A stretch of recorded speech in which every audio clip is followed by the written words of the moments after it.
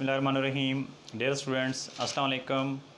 आज हम 10th class chemistry के न्यूमेरिकल सॉल्व करेंगे। चैप्टर नंबर 9 में एक्सरसाइज में 4 न्यूमेरिकल्स दिए गए हैं इक्विलिब्रियम कांस्टेंट केसी से मुतल्लिक। बहुत सारे बच्चे न्यूमेरिकल्स करने से हेजिटेट करते हैं। उनका ये ख्याल है कि ये न्यूमेरिकल्स बहुत ज़्यादा मुश्किल हैं, इसलिए नहीं करने चाहिए। या बाज़ बच्चों का ये कॉन्सेप्ट है कि ये एग्जामिनेशन में नहीं आते। बेटा ऐसी कोई बात नहीं है। पहले नंबर पे बहुत ही आसान है, अगर चीज़ों को समझकर किया जाए तो वो आपको इंतहाई आसान लगेंगी। दूसरे नंबर पे एग्ज़ाम में क्यों नहीं आते? एग्ज़ाम में भी आते हैं। इसके अलावा इस मैट्रिक के बाद जब आप एफएससी में जाते हैं, कोई एंट्री टेस्ट होता है या कोई आपका और कोई टेस्ट होता है, उसमें ये छोटे छोटे न्यूमेरिकल्स वहाँ एप्टीट्यूड टेस्ट में पूछे जाते हैं। तो इसलिए इनको इग्नोर करना बहुत अच्छी बात नहीं है। लिहाजा इसी लेवल पे अगर हम इसके ऊपर कमांड हासिल कर लें तो आने वाले दिनों में हमें इसका फ़ायदा हो जाएगा। देखते हैं, हमें ये पेज नंबर 18 पे, टेक्स्ट बुक के पेज नंबर 18 पर फर्स्ट न्यूमेरिकल दिया गया है। कहता है for the decomposition of di nitrogen oxide N2O। किसका फार्मूला है? डाई क्यों कहते हैं? 2 है। Nitrogen, O for oxide. Die nitrogen oxide जब डिकम्पोज होता है इनटू नाइट्रोजन एंड ऑक्सीजन। ये देखें, ये डाई नाइट्रोजन ऑक्साइड दिया गया है, ये डिकम्पोज होता है। लिखना है तो फिजिकल स्टेट्स लिख लें। ये गैस फॉर्म में है जी, ये भी गैस फॉर्म में। तो डिकम्पोज हो जाता है किसमें? नाइट्रोजन और ऑक्सीजन में। Reversible reaction take place. ये दरमियान में अगर आप डबल एरो साइन लगाएंगे, इसका मतलब है रिवर्सिबल रिएक्शन टेक प्लेस हुआ है। अब कहते हैं concentration of di nitrogen oxide की कंसंट्रेशन नाइट्रोजन की और ऑक्सीजन की आर 1.1 मोल पर डेसीमीटर क्यूब, 3.90 मोल पर डेसीमीटर क्यूब एंड 1.95 मोल पर डेसीमीटर क्यूब रिस्पेक्टिवली। रिस्पेक्टिवली का मतलब तरतीब से, यानी अगर पहले नंबर पे डाई नाइट्रोजन ऑक्साइड दिया गया तो पहली वैल्यू उसी की होगी। अगर ये दूसरे नंबर पे दिया गया है नाइट्रोजन, तो दूसरी वैल्यू जो है वो किसकी होगी? नाइट्रोजन की होगी। और तीसरे नंबर पर अगर ऑक्सीजन दिया गया है तो ये तीसरी वैल्यू किसकी होगी? ऑक्सीजन की होगी। रिस्पेक्टिवली का मतलब ये है। एट इक्विलिब्रियम पे find Kc for this reaction. इस रिएक्शन के लिए Kc फाइंड आउट करें। तो फर्स्ट ऑफ ऑल हमने जो गिवन डाटा जो हमें दिया गया वो लिखना है। हमें दी गई जी concentration of di nitrogen oxide. Concentration को आपने इस तरह स्क्वायर ब्रैकेट की फॉर्म में, मोलर कंसंट्रेशन फॉर्म में जो है लिखना है कि जी हमारे पास N2O मतलब डाई नाइट्रोजन ऑक्साइड की मोलर कंसंट्रेशन या कंसंट्रेशन क्या थी? ये बेटे 1.1 मोल पर डेसीमीटर क्यूब। इसी तरह जो दूसरे नंबर पे दी गई वो किसकी दी गई है? नाइट्रोजन की। हम लिखेंगे N2 यानी molar concentration of nitrogen is equal to 3.90 mole पर डेसीमीटर क्यूब। सिमिलरली जो तीसरी वैल्यू हमें दी गई है ऑक्सीजन की कंसंट्रेशन दी गई है तीसरे नंबर पे, तो हम लिखेंगे जी molar concentration of oxygen is equal to 1.95 mole पर डेसीमीटर क्यूब। याद रहे आपने ये कंसंट्रेशंस को इस तरह स्क्वायर ब्रैकेट्स की फॉर्म में लिखना है, जिसको हम मोलर कंसंट्रेशन भी पढ़ते हैं। और एंड में हमें कहा क्या गया जी? आपने what you have to find out, आपने मालूम क्या करना है जी? We have to find Kc यानी इक्विलिब्रियम कांस्टेंट Kc हमने फाइंड आउट करना है। बहुत आसान है बेटे। सबसे पहले जिस तरह ये आपने लिखा है ये आपका गिवन डाटा होगा, जो इस देखिए जब भी कोई न्यूमेरिकल का आधा मसला तो उस वक्त सॉल्व हो जाता है अगर आपको उसका गिवन डाटा लिखना आता है। उस जो स्टेटमेंट दी गई है उसको रीड आउट करना, वहाँ से अपने मतलब का डाटा निकालना कि हमें गिवन क्या है और हमने फाइंड आउट क्या करना है, मालूम क्या करना है। अगर आप ये दो चीज़ें एक्सेप्ट कर लेते हैं, आगे सोल्यूशन आपके लिए इंतहाई आसान हो जाता है। दोबारा देखें जी, हमने कहा जी ये डिकम्पोजिशन उसने कहा था डाई नाइट्रोजन ऑक्साइड नाइट्रोजन और ऑक्सीजन में हो रही है, तो रिवर्सिबल रिएक्शन टेक प्लेस हुआ। उसके नतीजे में डाई नाइट्रोजन ऑक्साइड की मोलर कंसंट्रेशन ये आ गई, नाइट्रोजन की 3.90 और ऑक्सीजन की ये। और साथ ये यूनिट्स लाजमी लिखने हैं। अगर आप यहाँ यूनिट्स नहीं लिखेंगे आपके मार्क्स कट सकते हैं। अब बहुत सारे स्टूडेंट जो है डायरेक्ट Kc की इक्विलिब्रियम कांस्टेंट एक्सप्रेशन लिख के उसमें डाटा फीड कर देते हैं। नहीं भाई, सबसे पहले जो आपने काम करना है वो आपने वही केमिकल रिएक्शन अगर आपकी स्टेटमेंट में दिया गया है तो आप वहाँ से कॉपी कर लें, अदरवाइज़ आपको ये याद करना होगा।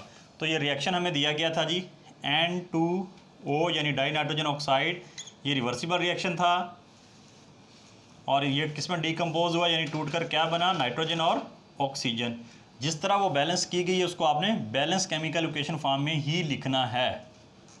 अच्छा, समटाइम बच्चे जो इस न्यूमेरिकल में मेजर मिस्टेक करते हैं वो क्या करते हैं कि यहाँ रिवर्सिबल रिएक्शन की बजाय वो बड़ी जल्दी में यहाँ फॉरवर्ड जस्ट रिएक्शन की एरो साइन डाल देते हैं। ये इंतहाई गलत है। अगर एग्जामिनर देखता है कि भी बच्चे ने फॉरवर्ड रिएक्शन के लिए ये रिएक्शन लिख दिया, वो इधर से ही क्रॉस कर देता है, इसको 0 मार्क्स मिलेंगे। रीज़न बिकॉज हम केसी वैल्यू फाइंड आउट करना चाह रहे हैं, और इक्विलिब्रियम कांस्टेंट एक्सप्रेशन जो है केसी तो होता ही रिवर्सिबल रिएक्शन के लिए, फॉरवर्ड रिएक्शन के लिए कोई केसी की वैल्यू नहीं होती।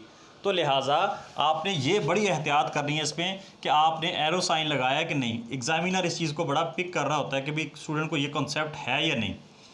अच्छा जी, आपने रिएक्शन लिख लिया, फ़ौरन इसका इक्विलिब्रियम कांस्टेंट केसी एक्सप्रेशन लिख लें। क्या है जी इसका बनेगा जी, equilibrium constant expression K C is equal to, हमेशा प्रोडक्ट ऊपर होते हैं बेटा, रिएक्टेंट नीचे। अब हमारे पास प्रोडक्ट्स क्या हैं जी, ये नाइट्रोजन और ये इसको मोलर कंसंट्रेशन में, और ये oxygen, molar concentration of oxygen. ये जो नंबर ऑफ मोल्स होते हैं जो साथ उसके कोफिशिएंट लगा होता है, जो बैलेंस करने के लिए लगाया होता है, वो हमेशा पावर बन जाता है। और जो नीचे जो है ये डिनोमिनेटर में जो आएगा ये उसका रिएक्टेंट आ जाएगा जी। ये इसको इस तरह मोलर कंसंट्रेशन फॉर्म में, और इसका नंबर ऑफ मोल 2 है, जो कोफिशिएंट है वो इसकी पावर बन जाएगा, वो यहाँ आ जाएगा।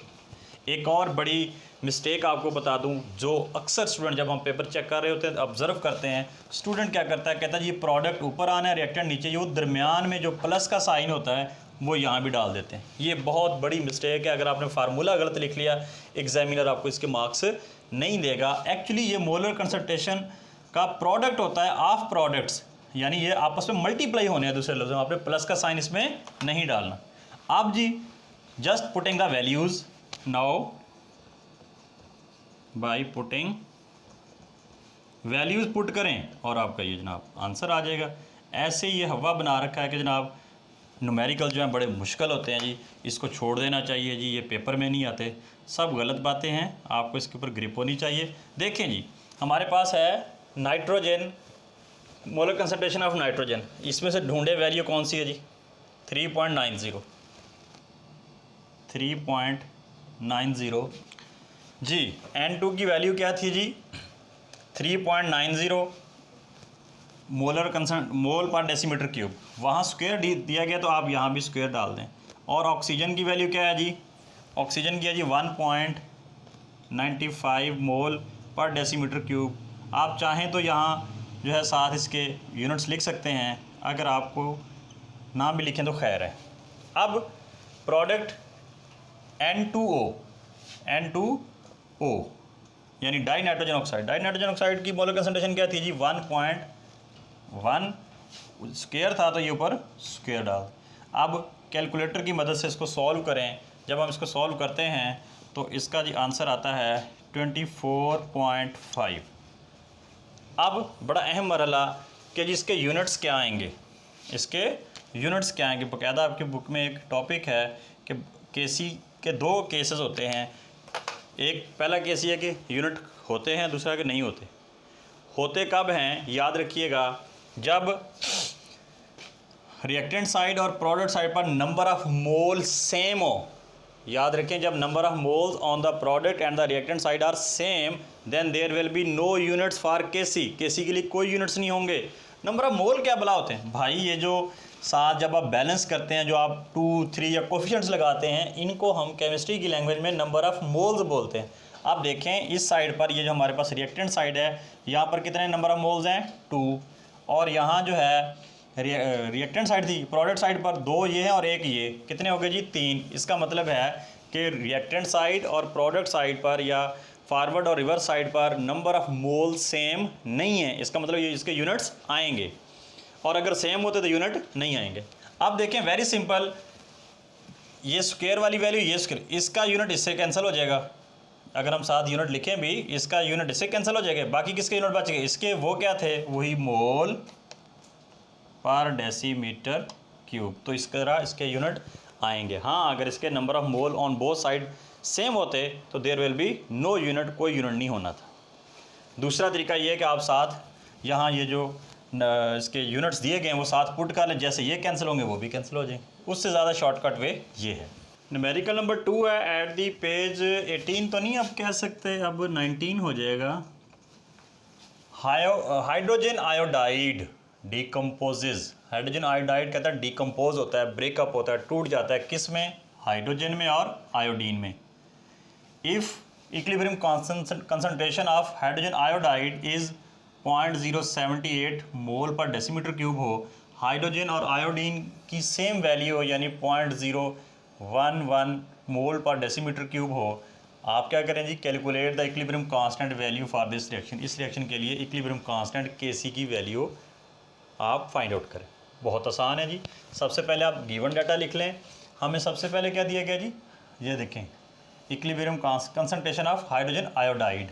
हम यहाँ लिखेंगे जी molar concentration of hydrogen iodide या मोलर कंसंट्रेशन ऑफ ये HI जो है ये कितनी दी गई है जी, हमें 0.078, 7 यूनिट लाजमी लिख लें जी। उसके बाद कहता है हाइड्रोजन और आयोडीन की जो कंसंट्रेशन है वो सेम है, यानी जो हाइड्रोजन की कंसंट्रेशन है वो ये है कि जी 0.011 मोल पर डेसीमीटर क्यूब। इसी तरह जो आयोडीन की कंसंट्रेशन है वो भी वही है जो हाइड्रोजन की है, दैट इज़ 0.011 मोल पर डेसीमीटर क्यूब जी। और फाइंड आउट क्या करना है जी, calculate equilibrium constant value. Equilibrium constant value क्या होती है जी, Kc। तो ये हमारा क्या हो गया जी, गिवन डाटा हो गया जो हमें दिया गया है। आधा सवाल आधा न्यूमेरिकल तो इधर ही सॉल्व हो जाता है अगर आपने उस स्टेटमेंट से जो है अपना डाटा एक्सट्रैक्ट कर लिया। दोबारा देखें, उसने कहा जी हाइड्रोजन आयोडाइड जब डिकम्पोज होता है हाइड्रोजन और आयोडीन बनाता है, उस सिलसिले में हाइड्रोजन आयोडाइड की जो है कंसंट्रेशन वो दिस है, हाइड्रोजन की ये है, आयोडीन की ये, आप इक्विलिब्रियम कांस्टेंट Kc लिखें। इंतहाई आसान सो। अच्छा देखिए, मैंने पिछले न्यूमेरिकल में अर्ज़ किया था कि बाज़ का एग्जामिनर जो है वो केमिकल रिएक्शन दे देता है, बाज़ का तो वो नहीं देता। जहाँ नहीं देता वहाँ आपने खुद से लिखना है, और कैसे लिखना है वो भी इसी के अंदर दिया गया है। जैसे वो उसने लिखा हो आप वही बात लिखते हैं। ये देखिए, मैं इस बात को जो अंडरलाइन कर रहा हूँ, कहता है हाइड्रोजन आयोडाइड। हाइड्रोजन आयोडाइड क्या है जी, आप लिख लें यहाँ हाइड्रोजन, ये आयोडाइड का फार्मूला है HI। ये क्या होता है जी, डिकम्पोज होता है, क्योंकि ये रिवर्सिबल रिएक्शन होते हैं। पिछले में भी बताया था कि याद रखना है कि जी आपने साइन कौन सा लगाना है, रिवर्सिबल। डिकम्पोज होकर क्या बनाते हैं जी, हाइड्रोजन, हाइड्रोजन का फार्मूला H2, और किस में जी, आयोडीन। लो जी, बच्चे कहते हैं जी केमिकल रिएक्शन लिखना बड़ा मुश्किल है। ओ भाई, याद करना बड़ा मुश्किल है। आपने तो कुछ याद करना ही नहीं, आपने तो यहीं से डाटा उठाना है। हाइड्रोजन आयोडाइड, हाइड्रोजन आयोडाइड हो गया। डिकम्पोजेस की जगह आप रिवर्सिबल साइन लगा दें। उसके बाद क्या बचा जी, हाइड्रोजन एंड आयोडीन, हाइड्रोजन और आयोडीन। क्लियर। अब जी इस रिएक्शन के लिए आप फौरी तौर पर इक्विलिब्रियम कांस्टेंट Kc का एक्सप्रेशन लिखें। वो क्या होगा जी, Kc इज इक्वल टू, अमूमन हम ऐसा करते हैं प्रोडक्ट ऊपर और रिएक्टेंट नीचे। अच्छा, इससे पहले ये देख लें क्या ये इक्वेशन बैलेंस है। हमेशा याद रखें, जब भी आपने इक्विलिब्रियम कांस्टेंट Kc की वैल्यू लिखनी है उससे पहले आपका जो केमिकल रिएक्शन है इट शुड बी बैलेंस्ड। अगर बैलेंस नहीं है तो आपका आंसर सही नहीं आएगा। देखिए, इधर हाइड्रोजन के 2 एटम है, आयोडीन के 2 हैं, यहाँ एक है, तो इसको हम 2 से मल्टीप्लाई कर दें। अब इक्विलिब्रियम कांस्टेंट ऊपर प्रोडक्ट, नीचे रिएक्टेंट। प्रोडक्ट किसको हम मान रहे हैं जी, हाइड्रोजन को, मोलर कंसंट्रेशन ऑफ हाइड्रोजन। दरम्यान में प्लस डालेंगे नहीं, यही तो गलती हो जाती है। ये मोलर कंसंट्रेशन ऑफ I यानी आयोडीन ओवर अब molar concentration of hydrogen iodide, और ये जो नंबर ऑफ मोल होता है, जो कोफिशिएंट होता है वो पावर बन जाता है। वो क्या बन जाता है जी, पावर। अब बाई पुटिंग वैल्यूज़, कौन सी वैल्यूज़ भाई, कहाँ से लें, ये वाली जो हाइड्रोजन आयोडाइड की, हाइड्रोजन की और आयोडीन की, तीनों वैल्यूज़ उठाकर इसमें फीड कर देते हैं और आप इसको कैलकुलेट करें, आपका आंसर आ जाएगा। देखें हाइड्रोजन की वैल्यू, हाइड्रोजन क्या था जी 0.011, आप इसको ब्रैकेट में भी लिख सकते हैं, स्क्वायर ब्रैकेट में लिख सकते हैं, सिंपल में भी लिख सकते हैं, कोई ऐसा इशू नहीं। आयोडीन ये भी जी 0.011 over hydrogen iodide, molar concentration of hydrogen iodide वो कितनी है जी 0.078 का ये स्क्वायर, क्योंकि ये पावर 2 थी। इसको कैलकुलेटर की मदद से कैलकुलेट करें और आपके पास ये जो इसका आंसर आता है जी 0.0198, कितना आ गया जी 0.0198। ये Kc की वैल्यू आ गई।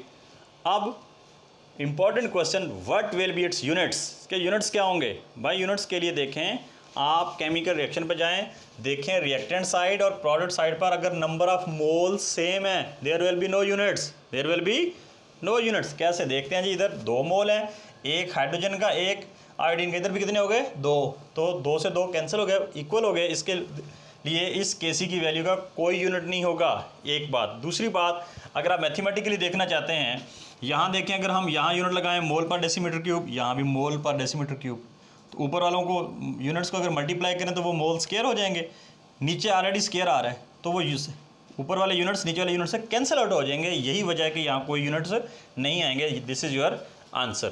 थर्ड न्यूमेरिकल है, for the fixation of nitrogen, nitrogen की फिक्सेशन के लिए फॉलोइंग रिएक्शन टेक प्लेस। ये वाला रिएक्शन होता है, यानी नाइट्रोजन जो है ऑक्सीजन के साथ रिएक्ट करके नाइट्रिक ऑक्साइड NO बनाती है। ये एक रिवर्सिबल रिएक्शन है। When reaction take place at 1500 kelvin, जब इस टेम्परेचर पर ये रिएक्शन टेक प्लेस होता है, the Kc for this reaction is, लो जी हमें Kc की वैल्यू दी गई है यहाँ। If equilibrium concentration of nitrogen and oxygen are, ये नाइट्रोजन की वैल्यू दी गई है और ये किसकी दी गई है जी, ऑक्सीजन की। ये ऑक्सीजन की है, ये नाइट्रोजन की मोलर कंसंट्रेशन दी गई है। How much NO is formed, मतलब अब यहाँ से हमने डाटा निकालना है। बड़ा आसान क्वेश्चन दिया गया, इसमें उसने जो केमिकल रिएक्शन है वो ऑलरेडी खुद से दे रखा है, हमें याद करने की ज़रूरत नहीं है। अब जो चीज़ गिवन है आप लिखते जाएं फॉर द नेक्स्ट। ये तो सारा वैसे यहाँ से हमारा आगाज़ होता है कि जी Kc की वैल्यू, यहाँ क्या कह रहा है जी, हम यहाँ लिख लेते हैं जी गिवन डाटा। जी क्या है जी गिवन डाटा, Kc की वैल्यू दी गई है जी। Kc कितना दिया गया जी, 1.1 एंड 10⁻⁻5। कोई यूनिट्स नहीं है तो कोई नहीं लिखने। अब मोलर कंसंट्रेशन ऑफ जो है नाइट्रोजन की, पहली जो नाइट्रोजन की दी गई, तो आप उसी तरह स्क्वायर ब्रैकेट में लिखेंगे मोलर कंसंट्रेशन ऑफ, पढ़ेंगे कैसे, molar concentration of nitrogen is 1.7 and 10⁻⁻3, 7 unit हैं तो लिख दें मोल पर डेसीमीटर क्यूब। इसी तरह मोलर कंसंट्रेशन ऑफ ऑक्सीजन जो है वो दिया गया जी हमें, O2 दिया गया है, कितना दिया गया जी 6.4 एंड 10⁻⁻3 यूनिट है जी मोल पर डेसीमीटर क्यूब रिस्पेक्टिवली। पहले बताया रिस्पेक्टिवली का मतलब यही होता है कि अगर जिसका शुरू में अगर नाइट्रोजन का जिक्र हो तो पहली वैल्यू नाइट्रोजन की होगी, दूसरे नंबर पर हमने ऑक्सीजन का जिक्र किया तो जो दूसरी वैल्यू दी जा रही है वो ऑक्सीजन की होगी। क्या फाइंड करना, how much NO is form, कहता है नाइट्रिक ऑक्साइड कितना बना, मतलब दूसरे लफ्ज़ों में molar concentration of nitric oxide जो है हमने फाइंड आउट करना है। तो ये हमारा क्वेश्चन मार्क है। वेरी सिंपल, जो केमिकल रिएक्शन गिवन है वो लिखें पहले, वही वहाँ से कॉपी पेस्ट कर लें। नाइट्रोजन प्लस ऑक्सीजन क्या बनाएंगे जी, नाइट्रिक ऑक्साइड। ये O जो है कैपिटल लिखना है, यानी ये एक्चुअली ऑक्सीजन का सिंबल होता है, तो इसको बैलेंस कर लें जी। यहाँ 2 मोल्स आएंगे, ये ऑलरेडी बैलेंस है जी। सबसे पहले क्या करेंगे, इक्विलिब्रियम कांस्टेंट Kc का एक्सप्रेशन लिखें इसके लिए। ये जी आ गया, थोड़ा सा इधर करके लिख लें ताकि ये क्वेश्चन, Kc की वैल्यू आ गई जी हमारे पास, हाँ जी प्रोडक्ट ऊपर आएगा, ये प्रोडक्ट हो गया, जो उसका कोफिशिएंट है वो उसकी पावर बन जाएगा ओवर रिएक्टेंट्स नीचे, यानी नाइट्रोजन, दरम्यान में प्लस नहीं डालेंगे, और ये molar concentration of oxygen. Just इसमें वैल्यूज़ पुट करें, हम कहेंगे बाई पुटिंग वैल्यूज़ कि अच्छा जी, यहाँ पहले पिछले क्वेश्चन में ये था कि हम Kc फाइंड आउट करते थे, यहाँ Kc की वैल्यू गिवन है, कोई मसला नहीं, अगर गिवन है तो लिख दें। यहाँ 1.1 एंड 10⁻⁻5 ये Kc की वैल्यू थी। NO का स्क्वायर वो तो भाई हमने फाइंड आउट करना है, जो चीज़ फाइंड आउट करनी है उसको नहीं छेड़ना, ये वैसे की वैसे। Over molar concentration of nitrogen वो गिवन है, ये 1.7 एंड 10⁻⁻3 इनटू ऑक्सीजन की मोलर कंसंट्रेशन ऑफ ऑक्सीजन ये कितनी दी गई है जी 6.4 एंड 10⁻⁻3। लो जी, हमने फाइंड आउट करनी है molar concentration of nitric oxide NO। अब मैथमेटिकली देखा जाए, ये जो फैक्टर जो डिनोमिनेटर में अगर हम इक्वल के इधर शिफ्ट करें, जो चीज़ यहाँ डिवाइड हो रही होती है वो यहाँ अगर क्या हो जाती है, मल्टीप्लाई हो जाती है। क्या हो जाती है, मल्टीप्लाई, आप देखें हमने ये लिखा हुआ जी 1.1 10⁻⁻5 वैसे का वैसे, साथ ये वाली वैल्यू इसको मल्टीप्लाई कर दें। आप चाहें तो इनको ऐसे ब्रैकेट्स की फॉर्म में भी लिख सकते हैं जी। ये इधर आ जाएगा 1.7 एंड 10⁻⁻3, फिर जो है साथ ये 6.4 एंड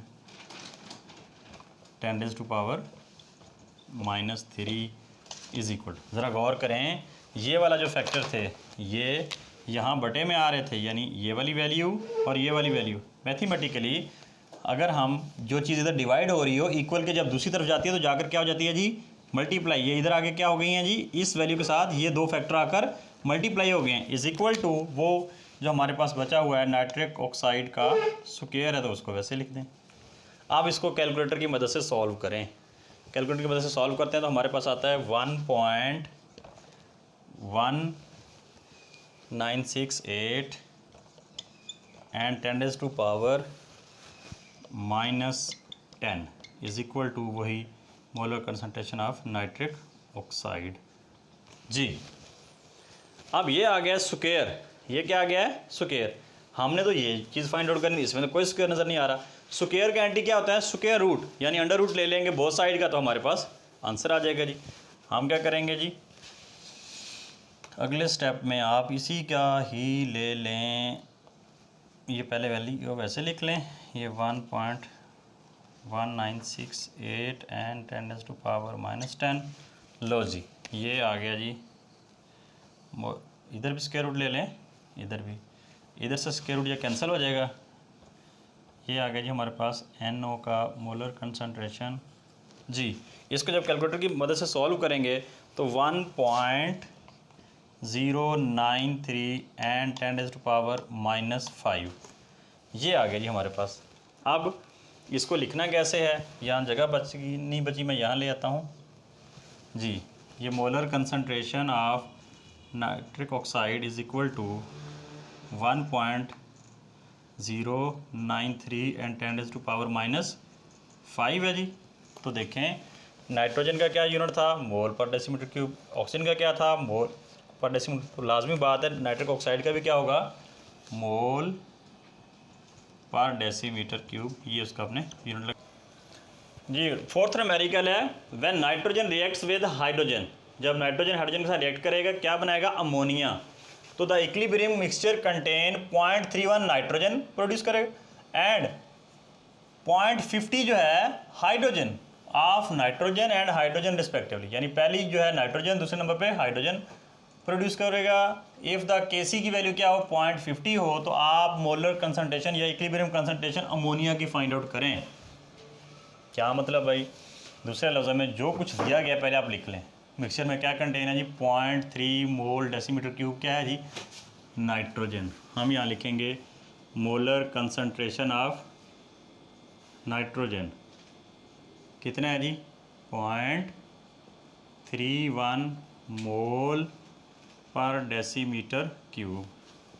फिर 0.50 मोल पर डेसीमीटर क्या दिया गया जी, हाइड्रोजन। हम यहाँ लिखेंगे मोलर कंसंट्रेशन ऑफ हाइड्रोजन 0.50 मोल पर डेसीमीटर क्यूब।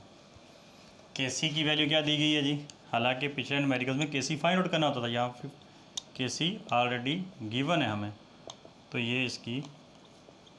अच्छा यहाँ बच्चे यूनिट लिखते हो बाज़ का तो उसी सेंस में लिखे जाते हैं, ख्याल कीजिएगा यहाँ Kc का यूनिट ज़रा डिफरेंट है बाकी। और कहता है जी आप मालूम करें अमोनिया का मोलर कंसंट्रेशन। अमोनिया का फार्मूला आता है NH3, ये चीज़ हमने फाइंड आउट करनी।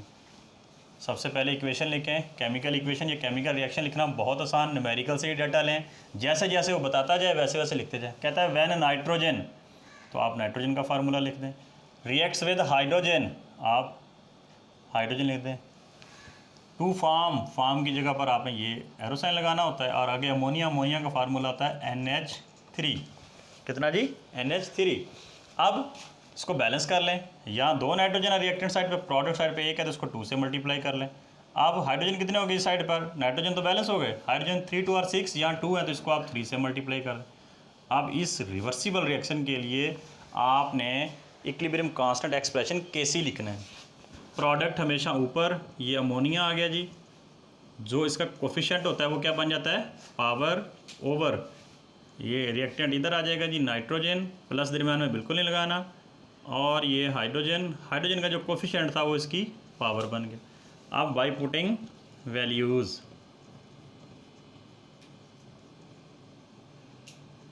पुट करें जी। केसी की वैल्यू क्या गिवन है जी, 0.50, ये यहाँ लिख दें। मोलर कंसंट्रेशन ऑफ अमोनिया, ये तो हमने इसकी कोई वैल्यू गिवन नहीं है, क्यों, ये तो फाइंड आउट करनी है, इसको वैसे लिख दें। ओवर नाइट्रोजन की कंसंट्रेशन क्या दी गई है जी, 0.31, हाइड्रोजन की कंसंट्रेशन क्या दी गई है जी, 0.50, और यहाँ अगर पावर क्यूब है तो यहाँ भी क्यूब डालें। अब देखें, हमें ये चाहिए मोलर कंसंट्रेशन ऑफ अमोनिया, इसके जो नीचे जो ये डिवाइड में वैल्यू, जो डिनोमिनेटर्स हैं, हमने इनसे जान छुड़वानी है। ये इधर डिवाइड हो रहे हैं, मैथमेटिकल का असूल है कि अगर कोई फैक्टर इधर डिवाइड हो रहा है वो इक्वल की दूसरी तरफ जाकर क्या हो जाता है जी, मल्टीप्लाई हो जाता है। तो हम इसको यूँ लिख देंगे जी, 0.50 मल्टीप्लाई बाय ये वाला 0.31 मल्टीप्लाई बाय ये 0.50 का क्यूब इज़ इक्वल टू ये मोलर कंसंट्रेशन ऑफ अमोनिया और ये उसका स्क्वायर। इन सब को मल्टीप्लाई करें तो हमारे पास आता है जी, इसको कैलकुलेटर की मदद से आपने सॉल्व करना है। तो ये आ जाएगा जी 0.0931, ये आ गया जी हमारे पास मोलर कंसंट्रेशन ऑफ अमोनिया का स्क्वायर है। हमें क्या चाहिए बगैर स्क्वायर के, तो क्या करेंगे जी, इसको मैं यहाँ दोबारा लिख लेता हूँ, और आप इसकी साइड भी चेंज कर सकते हैं। अमोनिया इधर लिख लें, जो वैल्यू थी 0.0931 इधर लिख लें। स्क्वायर को ख़त्म करने के लिए हमेशा क्या करेंगे, स्क्वायर रूट अप्लाई करेंगे। तो हम यहाँ कह सकते हैं जी, अमोनिया का ये मोलर कंसंट्रेशन था जी, और ये 0.0931 है। आप बोथ साइड का स्क्वायर रूट ले लें। क्या ले लें जी, स्क्वायर रूट। क्या आएगा जी, ये स्क्वायर से स्क्वायर रूट कैंसिल हो जाएगा। अब हमारे पास ये बच गया मोलर कंसंट्रेशन। तो इसको आप कैलकुलेटर की मदद से सॉल्व करेंगे, तो जब ये इसका कैलकुलेटर से सॉल्व करेंगे तो आंसर आएगा जी 0.14। अब मसला इसके यूनिट्स क्या आएंगे, देखें, नाइट्रोजन का यूनिट क्या था ये, हाइड्रोजन का क्या था ये, ऑफ कोर्स अमोनिया का भी यही होगा। तो मोल पर decimetre cube, this is your answer. या अल्लाह तेरा शुक्र।